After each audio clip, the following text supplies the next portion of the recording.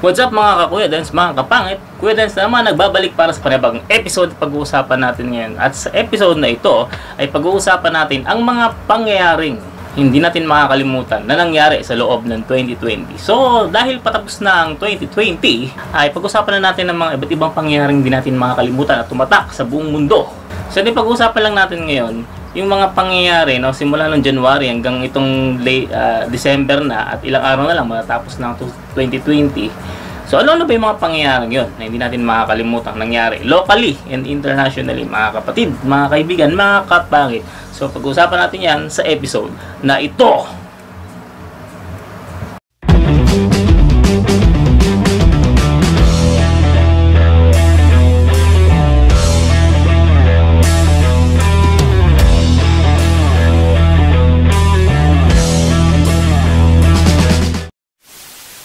So wag na natin patagalin pa. Una sa ating listahan, pagpasok pa lang ng 2020 ay ang Hong Kong protest.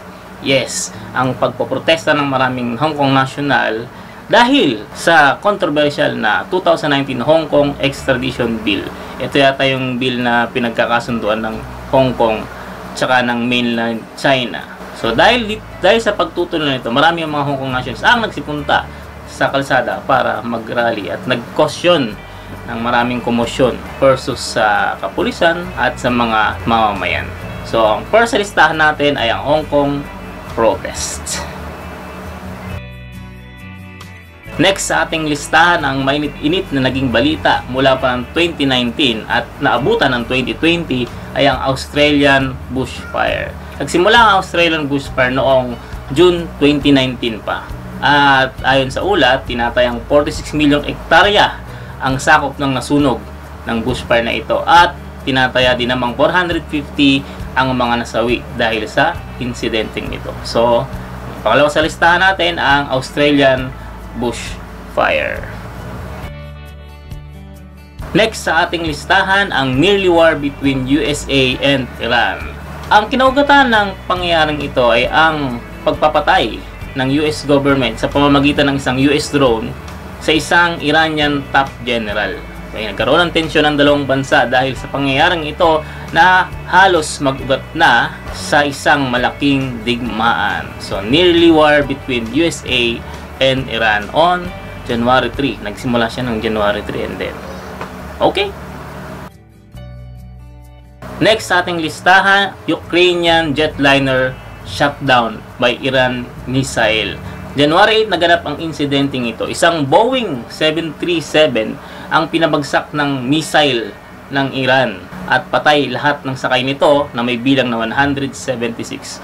At ang dahil dito ay lalong nagkaroon ng tensyon ang iba't ibang bansa laban sa Iran dahil nga sa insidenteng naganap na ito. So January 8, Ukrainian jetliner shot down by Iranian missile. January 12, naitala naman sa Pilipinas ang pangyayaring ito, ang Taal Volcano Eruption. Ito ay ang isang first major eruption ng volcano ng Taal since 1977. Naapektuhan nito ang malaking bahagi ng Luzon dahil sa abong ibinubuga nito. So yung mga kalapit probinsya, lalo na yung Batangas, nagdeklara ng state of calamity dahil sa pangyayaring ito.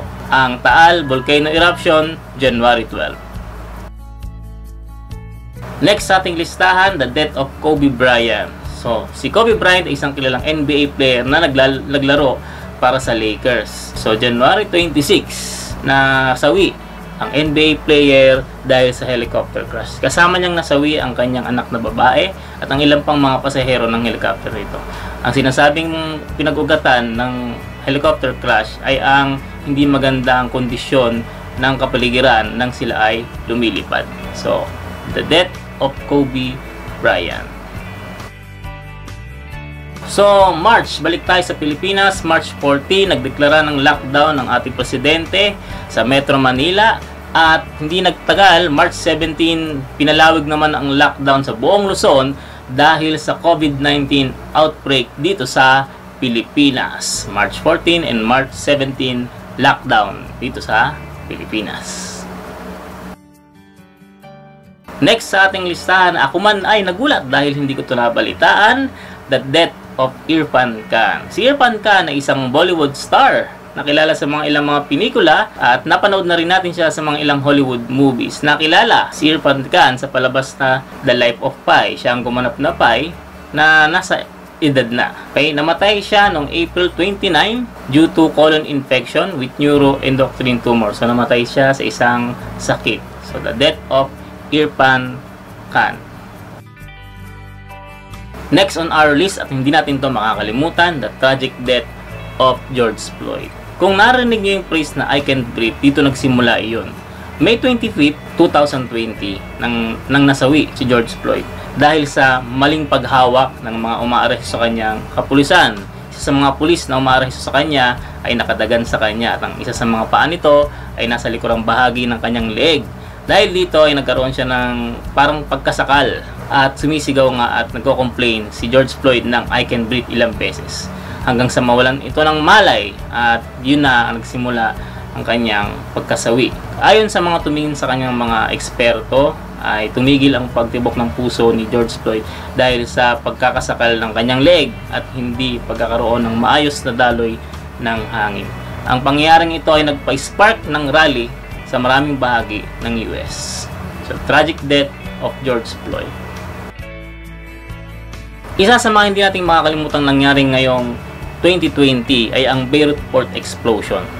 August 4, 2020 na nagkaroon ng tinatawag na accidental explosion ng tonelalang ammonium nitrate dahil sa sunog, kasi nasusunog ang port na yon. Ang masama pa nun, hindi alam ng mga bumbero na merong nakaimbak doon ng tonelalang ammonium nitrate. Kinasawi ng halos 190 katao ang pangyayaring ito, marami ang nasaktan at mga gusaling nasira. So isa sa mga nasa listahan natin ang Beirut Port Explosion. Balik tayo locally. Isa naman sa hindi makakalimutang pangyayari natin ngayon, 2020, ay ang pagkasawi ni Eman Nimedes. Isang sikat na vlogger, short film creator, at kaibigan ni Kong TV. August 16, 2020, nasawi si Eman dahil sa kidney failure. Dahil ito sa komplikasyon ng kanyang cancer sa dugo. So marami ang nagdalamhati sa pagkawala ng sikat na vlogger na ito, ang pagkasawi ni Eman Nimedes. Isa rin sa mga nasa listahan natin ang pagpanaw ng isang international artist na si Chadwick Boseman noong August 28, 2020. Si Boseman ay nakilala natin sa pagganap na Black Panther sa Marvel Universe movies. Namatay si Chadwick dahil sa cancer sa edad na 43. Hindi pa man nagtatagal ang panahon ng masawi si Eman Nimedes, ay binulagan na naman tayo ng isang balita ng pagkasawi ng isa pang sikat na vlogger, radio personality at isang author, si Lloyd Cadena. September 4 nang masawi si Lloyd Cadena dahil daw sa cardiac arrest. Pero according sa kanyang medical record, ang cardiac arrest na ito ay komplikasyon dahil ng COVID-19. So, isa sa mga hindi natin makakalimutang nangyari ngayon 2020 locally ay ang pagkasawi ni Lloyd Cadena. Balik tayo international ay ang pagkakaroon naman ng tinatawag na wildfire sa West Coast sa US. September 24 na magkaroon ng tinatawag na wildfire from California to Washington State. Nasunog ang milyong ektarya ng kagubatan at daang libo ang nawala ng tirahan. So isa yan sa mga di natin makakalimutang pangyayari, ang West Coast wildfire noong September 24, 2020. Balik naman tayo dito sa Pilipinas. Tinawag ko itong typhoon series dahil sa 4 na bagyong sunod-sunod na pumasok dito sa Pilipinas. October 28, 2020 nang mamamataan natin si Super Typhoon Rolly. October 29 naman nang mamamataan si Severe Tropical Storm Sioni. At November 11 nang mamataan si Typhoon Tonyo. At November 16 si Typhoon Ulysses. Lahat ng ito ay pumasok sa Pilipinas, particularly sa Luzon. Almost 4 weeks na sunod-sunod na bagyo sa Luzon at naging dahilan ng mga pagbaha. Isa na nga dito ay ang malawakang pagbaha sa Cagayan Valley. Ang typhoon series na nangyari sa Pilipinas noong October at November ay nakasama sa listahan nating mga pangyayaring hindi makakalimutan natin locally at internationally. Si Sino nga bang hindi makakaalam ng balitang nangyari nito noong December 20, 2020, ang tragic killing ng mother and son sa Tarlac. Isang off-duty police officer ang bumaril sa isang unarmed na mag-inang Sonia at Frank Gregorio sa isang insidente ng pagtatalo na nakuhaan ito lahat ng video. At ito nga yung video nag-viral sa internet. Nakakulong na ang salarin at may kasong double murder. So, hindi pa man natatapos ang 2020 ay pinabaunan tayo ng isang tragic na pangyayari dito sa Pilipinas. Ang tragic killing of mother and son in Tarlac.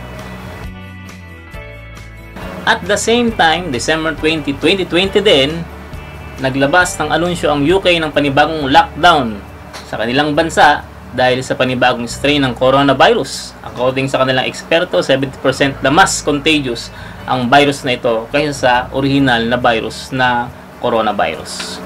Pangalawang pangyayari sa loob ng isang date, December 20, 2020, ang pag-lockdown ng UK ng kanilang bansa dahil sa panibagong coronavirus strain. At ang pinakamalalang nangyari ngayong 2020 ay ang COVID-19 pandemic. Nagsimula sa Wuhan, China ang mga unang biktima ng sakit na ito at noong pumasok ang 2020, idineklara ng WHO na isang global pandemic dahil sa dumadaming bilang ng mga biktima nito.